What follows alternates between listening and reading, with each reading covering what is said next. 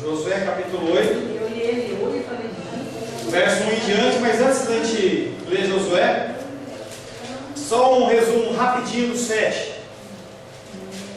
Tentação de Acã. Só vou citar, tá? Não vou explicar não. No verso 1, declara que ele é membro da tribo de Judá. 7:21, ele viu os tesouros. Em 7:21 também, ele cobiçou aquilo que Deus havia declarado ser dele. Em 7:21 novamente, ele tomou os despojos da batalha, escondeu os objetos, e aí ele causa a derrota de Israel e destruiu a si e a sua família. Essa estrutura de cobiça dos olhos, pecado e destruição, essa estrutura vale para qualquer pecado da sua vida. A primeira coisa que você faz é cobiçar com os olhos. eu vi esse pecado. Graças a Deus. Cobiça com com os olhos. Depois de cobiçar, você age. E depois de agir, você paga o pecado. Paga o negócio. Mas aí, quando eu falo de cobiçar com os olhos, eu não cobiçar no sentido de invejar. Quando você age em relação a qualquer pecado, há uma cobiça no teu coração por algum tipo de ação. Seja no comer, seja no falar, seja em qualquer situação. O exemplo de Acã foi através de pegar utensílios, roubar coisas que não eram dele. Mas nós cometemos dentro dessa estrutura também ao mentir, ao falar mal do irmão, a levantar falso testemunho, juízos impensados, juízos fracos, sem nenhum tipo de base. E depois que a gente faz isso, a gente já comete o nosso pecado. E aquela velha frase: eu não disse, o que eu disse não era o que eu queria dizer, foi sem querer, isso é mentira, você fez o que você quis. Tá? Vamos lá, Josué capítulo 8. Esse Josué capítulo 8, apesar de ele ser um capítulo longo, de 35 versículos, ele é um capítulo que você vai ver que nós vamos acabar muito mais rápido que o 7, porque ele é um capítulo muito histórico, em que ele dá muitas descrições de batalha e tudo mais, e não há nada que a gente possa fazer a não ser citar. Então você vai perceber que a gente vai avançar muito rápido dentro de Josué 8, diferente do que foi Josué capítulo 7. Vamos lá, capítulo 8, verso 1 em diante. Disse o Senhor a Josué: não temas, não te atemorizes, toma contigo toda a gente de terra e dispõe-te, sobe a Ai. Olha que entreguei nas tuas mãos o rei de Ai e o seu povo, e a sua cidade e a sua terra. Farás a Ai e ao seu rei como fizeste a Jericó e a seu rei. Somente que para vós outros saqueareis os seus despojos e o seu gado. Põe emboscadas a cidade por detrás dela. Então Josué se levantou e toda a gente de guerra para subir contra Ai. Josué escolheu 30.000 homens valentes e o enviou de noite. Deu-lhes ordem dizendo: eis que vos porei de emboscada contra a cidade por detrás dela. Não vos distancieis muito da cidade, e todos estareis alertas. Porém eu e todo o povo que está comigo nos aproximaremos da cidade, e será que, quando saírem como dantes contra nós, fugiremos diante deles. Deixemo-los, pois, sair atrás de nós, até que os tiremos da cidade. Porque dirão: fogem diante de nós como antes, assim fugiremos diante deles. Então saireis vós da emboscada e tomareis a cidade, porque o Senhor, o vosso Deus, vos entregará nas vossas mãos. Havendo vós tomado a cidade, por-lhe-eis fogo, segundo a palavra do Senhor, fareis, eis que vou ordenei. Assim Josué os enviou, e eles se foram à emboscada e ficaram entre Betel e Ai, ao ocidente de Ai. Porém Josué passou aquela noite no meio do povo. Levantou-se Josué de madrugada, passou revista ao povo, e subiram ele e os anciãos de Israel diante do povo contra Ai. Subiram também todos os homens de guerra que estavam com ele, chegaram-se e vieram de frente da cidade, e alojaram-se do lado norte de Ai. Havia um vale entre eles e Ai. Tomou também os 5.000 homens e os pôs entre Betel e Ai em emboscada, ao ocidente da cidade. Assim foi posto o povo, todo o acampamento ao norte da cidade, e emboscada ao ocidente dela. E foi Josué aquela noite até o meio do vale. Amém? Até aí. E aí a estrutura básica desse capítulo é: eles vão atacar a cidade de Ai, depois de terem tentado fazer aquilo em pecado, depois de Acã ter prevaricado contra os filhos de Israel, eles são derrotados em Ai. Ai, que é uma cidade pequena, em torno de 12 mil habitantes, põe aquele povo para correr, e o número de soldados que foram lutar em torno de 3 mil, e eles põem aquele povo para correr porque eles não tinham o apoio do Senhor, e a palavra de Deus diz que morrem 36 pessoas. Esse capítulo 8, como os antecedentes, ele é uma apresentação histórica, é histórico, ou seja, é literal o que foi escrito, é o que você tem que ler. Após o restabelecimento da aliança, Deus novamente está à frente desse povo para a conquista da terra prometida. O objetivo desse capítulo é mostrar o que pode ser feito e o que foi feito quando o povo de Deus está segundo a vontade dele. E aí um exemplo que você tem que entender é que quando Deus está ao seu lado, você com ele é maioria. Quando Deus não está ao seu lado, e aí a coisa complica, porque as pessoas que estão contra você, elas ficam mais fortes, elas ficam como que mais motivadas, e você, dentro do teu emocional, dentro do teu espiritual, você fica desmotivado porque Deus não está contigo. Voltando para o verso 1: disse o Senhor a Josué: não temas, não te atemorizes, toma contigo toda a gente da terra de guerra, gente de guerra, e dispõe-te, sobe a Ai. Olha que entreguei nas tuas mãos o rei de Ai e o seu povo, e a sua cidade e a sua terra.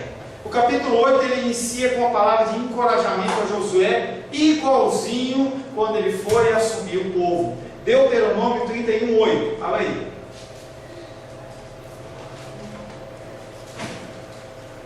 Deuteronômio, capítulo 31, verso 8.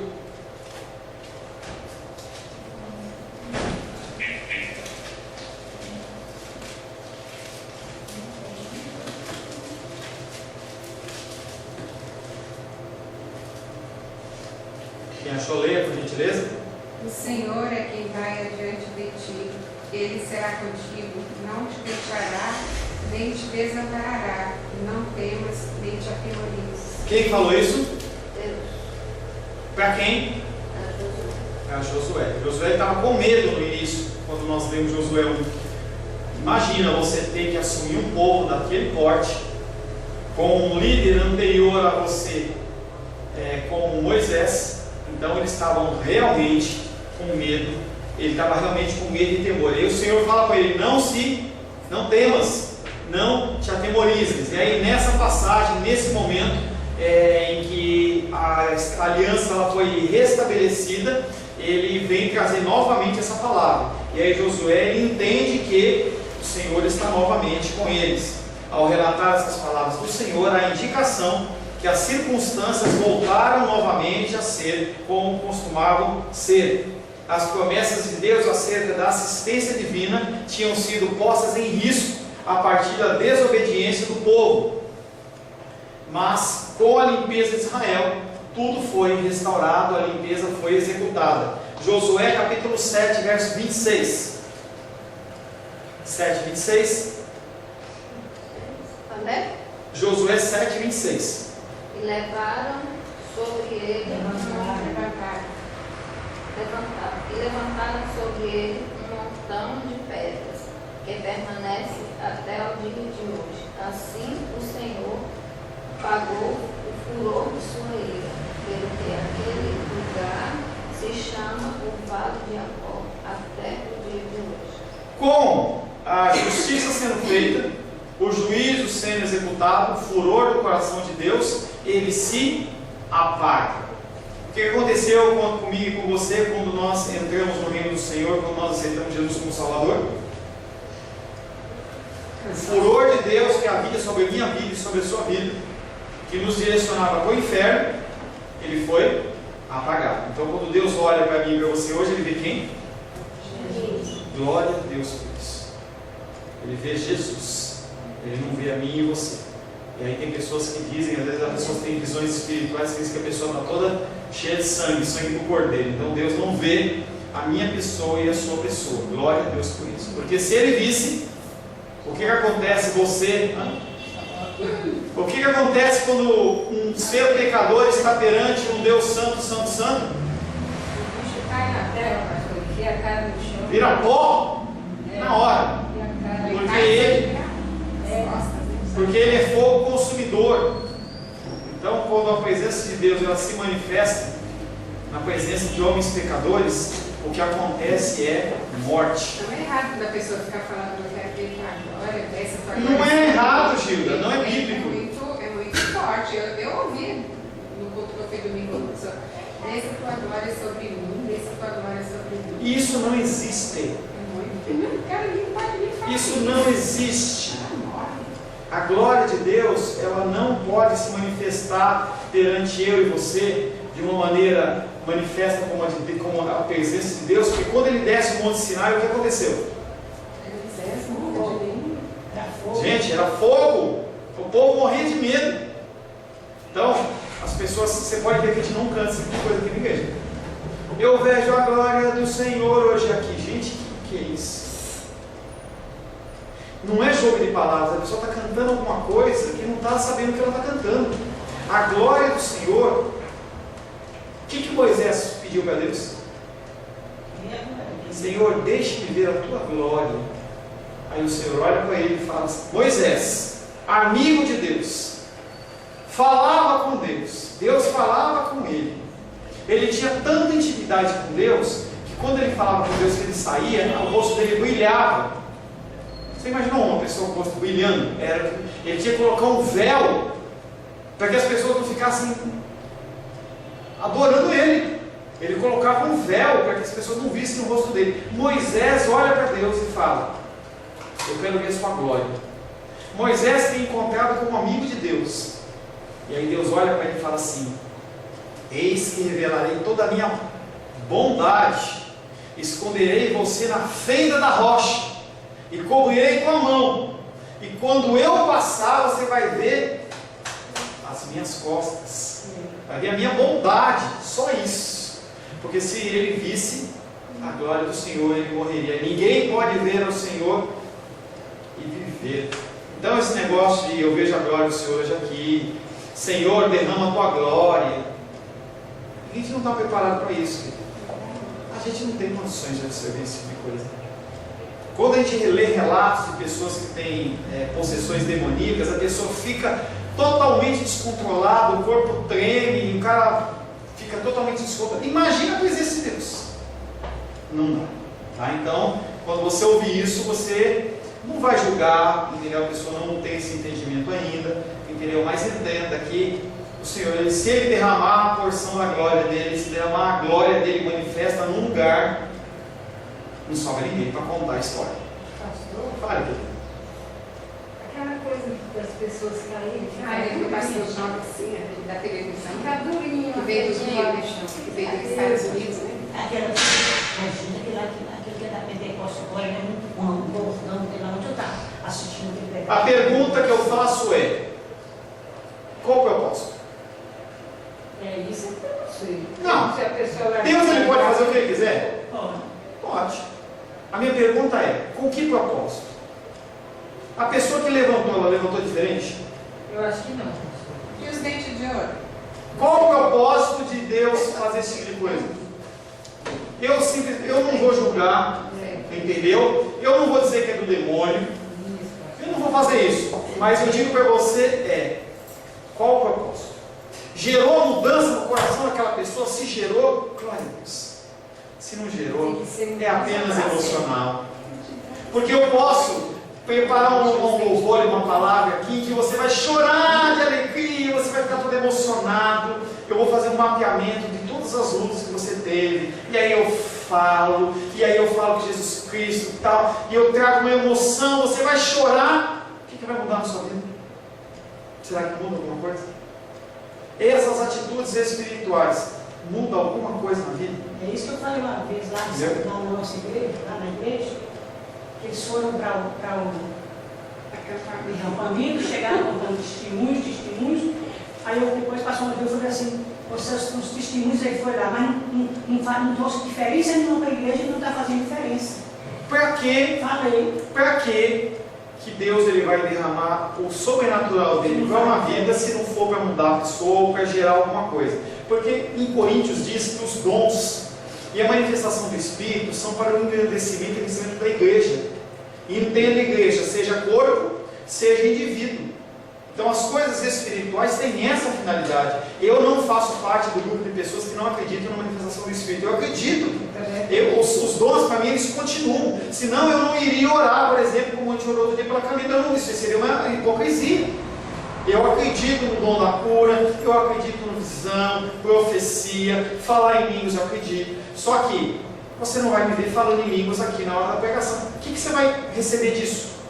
O máximo que pode acontecer é você falar no teu coração assim: nossa, como um pastor espiritual, hein? Ele é de Deus, ele fala aí. Para quê? Entendeu? Então as manifestações espirituais, elas têm um propósito, que é edificar a igreja ou edificar o indivíduo que também é a igreja. Só isso. Se a pessoa manifesta, dança, pula, e aí o cara sai daqui e roda no espírito e tudo mais, quando chega lá fora ele briga com a esposa, briga com o filho, xinga, briga no Deus, alguma coisa está errada. Josué. A partir do cumprimento do juízo de Deus, a aliança ela é restabelecida. E nós lemos Josué 7,26, e que diz que o fogo, o Senhor apagou o furor da sua ira. O Senhor diz a Josué para levar todos os guerreiros, o que é bem diferente do dado pelos homens. Lembra lá no início do capítulo 7? Os espias vão e falam assim: é pouca gente, leva 2 ou 3 mil pessoas. O conselho de Deus é: toma contigo toda a gente de guerra. Será que é porque Deus não tinha o poder? Não, ele quis agir daquela maneira. O Senhor diz para levar todos os guerreiros, que é bem diferente do conselho dado pelos homens. Josué 3 diz: e voltaram a Josué os espias, e voltaram a Josué e lhes disseram: não suba todo o povo, suba uns 2 ou 3 mil homens a ferir Ai, não fatigueis ali todo o povo, porque são poucos os inimigos. Então o Senhor ele dá uma ordem diferente do conselho dos espias. Josué e os homens devem subir contra Ai. Quando falam subir contra Ai, você está ou indo em guerra, ou realmente Ai estava numa posição mais alta. Era uma cidade, as pessoas construíam as cidades em cima de morros. Era mais fácil de você visualizar os inimigos chegando e também mais fácil de você proteger. Josué e os homens deviam subir contra Ai, que estava situada provavelmente num terreno mais elevado em comparação da região que eles estavam acampados. Na investida anterior, Josué agiu por conta própria. Nós chegamos a essa conclusão. Ele não orou, ele não pediu direção de Deus, ele agiu na força do seu braço. Quando que você começa a errar? Quando você acha que você está bom. Quando que o motoqueiro cai? Você anda de moto, amigo? Quando que o motoqueiro cai? Quando ele acha que ele é bom. Quando você bate o carro? Quando você acha que você está bom. Quando que você cai em pecado? Quando você acha que você está espiritual bastante e você não precisa de mais nada. É aí que você cai. Porque o diabo ele vai agir quando você está soberbo. Você acha, não, esse lado. As pessoas às vezes acham que o diabo ele só age na tua fraqueza. Não, ele age na tua fortaleza também. Porque você acha que você está bem. Você, eu oro bastante, eu jejuo bastante, eu sou uma pessoa que entendo isso, nisso eu não caio. E aí eu vi, quando eu falei, me permita usar outro exemplo. Você falou assim, quando eu falei de cobiçar, você olhou assim: nisso eu não caio, cuidado. A palavra de Deus diz que eu entendi. Mas a pessoa, às vezes, quando alguém fala um pecado, a pessoa fala assim: esse eu estou limpo. Pornografia, adultério. E você segue toda a sequência, qualquer que você quiser aplicar. Pessoal, esse eu estou tranquilo. Quando você fala que esse tranquilo, aí você faz a sua força, você se destina a cuidar de outros pecados, de outras coisas, e aquele você deixa descoberto. É que nem estratégia de guerra, né? Você sabe que aquele lugar é mais forte, então você manda o seu exército para cuidar da parte mais fraca. E espiritualmente você não pode fazer isso. Nós temos que andar sempre dirigidos pelo Espírito. Ontem uma aluna perguntava para mim: pastor, como é que eu vou saber o que é que eu tenho que fazer e o que eu não tenho que fazer? A gente estava falando sobre mandamentos, e em Colossenses tem falado bastante sobre isso, em que há mandamentos que Deus extinguiu, e tem mandamentos que não são extintos. Tá? Por exemplo, a gente tem que matar bichinho para perdoar o pecado? Não, isso é uma lei cerimonial, ritual que ficou para trás. Homens têm que se circuncidar para ser filho de Deus? Não. Se você comer a farofa da encruzilhada, você vai para o inferno? Não. Deus defende. Não, você pode não comer. Você pode não comer, mas imagina que você esteja com fome e você só tem aquilo para comer. Você vai morrer de fome ou você come? Come. Tá? Come. Come. Na hora, gente, faz bem. a oração, eu não sei quem fez uma oração como essa. Foi a Luísa. Não sei. Alguém fez uma oração. As pessoas comem lixo quando estão com fome. A pessoa vai lá no Ceasa e vai lá na hora depois no final lá e vai ver as pessoas lá no lixo. O que eles comem? Por que as pessoas comem lixo? E por que você acha que você não vai comer a farofa? Tá? Anticorpo, né? O que acontece é que você não vai, tendo a possibilidade de comer uma coisa, você não vai tentar Deus, isso não é um posicionamento. Tá? Mas saiba que a farofa não vai fazer entrar no demônio em você. Às vezes você tiver a propaganda universal, já viu demoniado? Já viu demoniado? E o cara, demônio! E aí, por onde você entrou? Eu entrei pela farofa. Gente, não entra. Você vai comer a farofa, o demônio não vai entrar em você. Tá? Então essas coisas são mandamentos humanos que hoje não tem mais. É lógico que se você está numa posição de você comer uma coisa e você vai escandalizar o seu irmão, então você não come. Porque é uma atitude de amor por outro. É outra coisa. Mas ela vai perguntar: como é que eu sei o que eu tenho que fazer, o que não é? Espírito Santo. Não há um livro. Ela queria que eu indicasse para ela um livro dizendo: olha, isso pode, isso não pode, isso pode, isso não pode. Aí eu volto para a lei. Por que isso? A lei o que era? Mandamentos. Como se você pudesse esticar as coisas. Ah, eu cumpri 100% dos mandamentos, então estou salvo. Não funciona assim. É o Espírito Santo, dia após dia, dia após dia. Cada decisão que você vai tomar, cada coisa que você tem que fazer, é orar, e o Senhor te dá. Ele vai te dando direção. Isso chama-se dependência. Quando você acha que você não precisa mais do Espírito Santo, você cai. Porque você acha que porque eu sei, eu fiz o estudo de Josué, ou eu fiz escatologia, e eu estou entendendo, aí eu acho que eu posso, e aí eu caio. Tinha uma novela muito antiga, entendeu? Não estou dizendo que você vê novela nem nada, mas lá das décadas de 80, eu nem sabia de Jesus nem nada, mas eu lembro que na propaganda sempre eu falava, se eu falar, talvez você lembre, que fala assim: Nachon, lembra dessa expressão? Tinha uma expressão de uma mulher que era feirante, e que ela falava assim: porque acontece tal coisa, aí a pessoa cai no chão. Como ela era de outro país, ela falava Nachon. Gente, se você acreditar que você pode fazer ou pode resolver, você cai Nachon. Dependência do Espírito Santo. No chão, tá? Vamos completar só o capítulo 1, versículo 1. O Senhor diz a Josué: falou de morte de escatologia, agora está falando de novela. Esse pastor precisa se converter. O Senhor diz a Josué para levar todos os guerreiros. Nós lemos Josué 3, que diz: e voltaram a Josué e disseram: não suba todo o povo, mas somos 2 ou 3 mil homens. Na investida anterior, Josué agiu por conta própria, uma vez que a captura de Ai, depois da queda de Jericó, sugeria natural. Imagina, a pessoa foi lá, destruiu Jericó, que era uma cidade fortificada, enorme, difícil de cair. Quando vai encarar uma cidadezinha pequenininha, naturalmente ele entendia que ele ia destruir. Entenda que independente das dificuldades que você passe, sejam maiores ou menores, elas podem te derrubar. Mesmo que você vença uma dificuldade grande, se você sair da dependência do Senhor, você pode cair.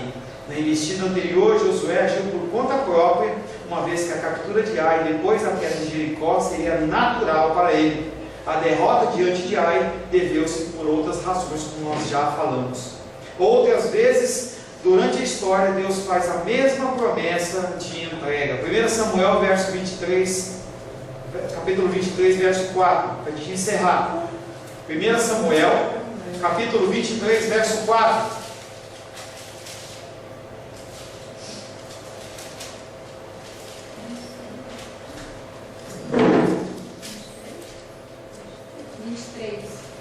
Samuel, capítulo 23, verso 4.